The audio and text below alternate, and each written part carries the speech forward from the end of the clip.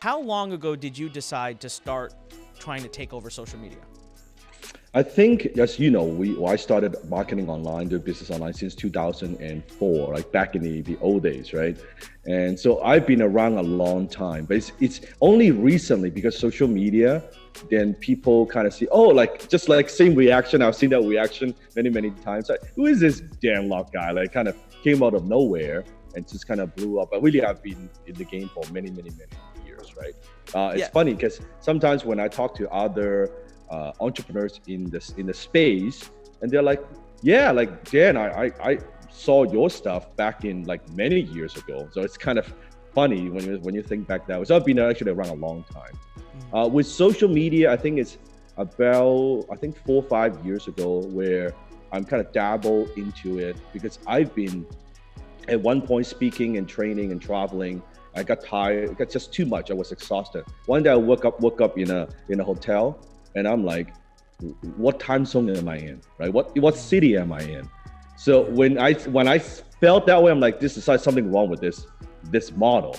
So I kind of retired from that. At the same time, my business, my companies online, they were just growing, and I thought to myself, I'll just step back and just really focus on my companies, not focus on social media presence like that. So that I did it for a number of years, and then I went the opposite. Then I went online. I saw the social media where it's going. I said to myself, you know what? As an entrepreneur, I need to be on social media. This is not one of those things that where it's just temporary thing. No, this is going to change like the landscape of business. And I took advantage of it. Actually, I think I'm late in the game in terms of social media. I really think I was late in the game, but I approach it like an entrepreneurial, with entrepreneurial spirit, and attacked it, and I figured it out. And like I said, discipline, focus, and fast forward, and that's where we are today. And we're still growing. I mean, we are trying to figure things out and try to make it better. But we definitely, there are a lot of disciplines and a lot of things that we do. And even Fred, when a few months ago, I sent my team to Fred's office because Fred wants to know about like just YouTube, and I showed him some Instagram stuff. And after like half a day, Fred's like, okay, I need a break. He needs a cigarette. I need a break. And Fred is super, like, as you know, super sophisticated, super smart. He's been in the game for a long, long time. And like half a day, it's like my head hurts. I need a break from this, right? Yeah. So I share with people with what I do, but most of the time people don't want to do it.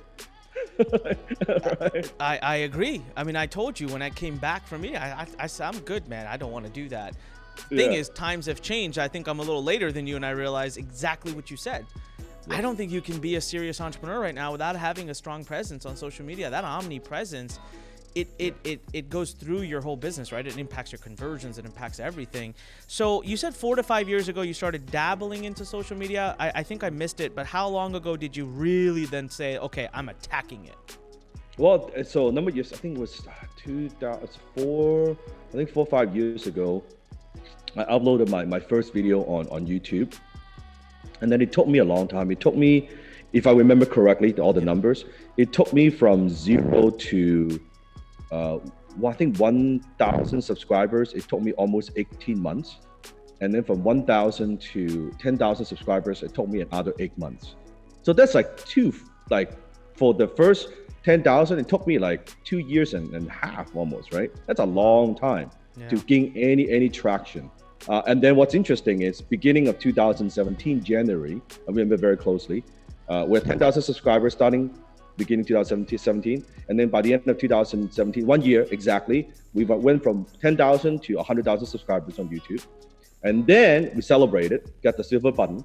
And then in the beginning of 2018, from 100,000 to over 1 million by the end of 2018. So we basically 100 times our subscribers in 2 years' time.